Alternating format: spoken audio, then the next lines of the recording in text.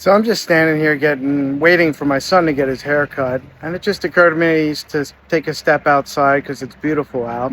I wanted to share about something that obviously people ask me about a lot. They ask about chakras. What are those chakras and energy centers and energy healing, and what does all that stuff mean? And I figured I'd give just a brief kind of explanation from my perspective in a modern way. So we have all these systems in our body. We have our cardiovascular that runs our heart, right? Our respiratory for our lungs, our neurological for our brain, our integumentary system, which is our skin, reproductive system. I don't think we have to explain that one. We have all these systems, but underlying all of those is our energy system. It's basically the operating system, to use the terms of like an iPad, a computer, or a mobile phone.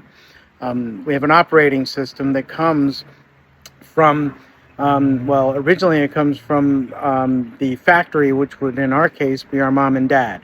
The DNA that came through them, from their experiences in their life and the genetic things, like medical conditions, traits, etc. And that's where like ancestral trauma, what people will talk about, or ancestral things like that. But then early experiences also shape things. They shape that operating system. And our energy centers, think of them as sort of like exits on the highway, like the turnpike. We have 7 major ones, and there's all tiny little ones throughout the body that's addressed through acupuncture even. You can't see them with our eyes, and a lot of people deny their existence because of that, but they exist.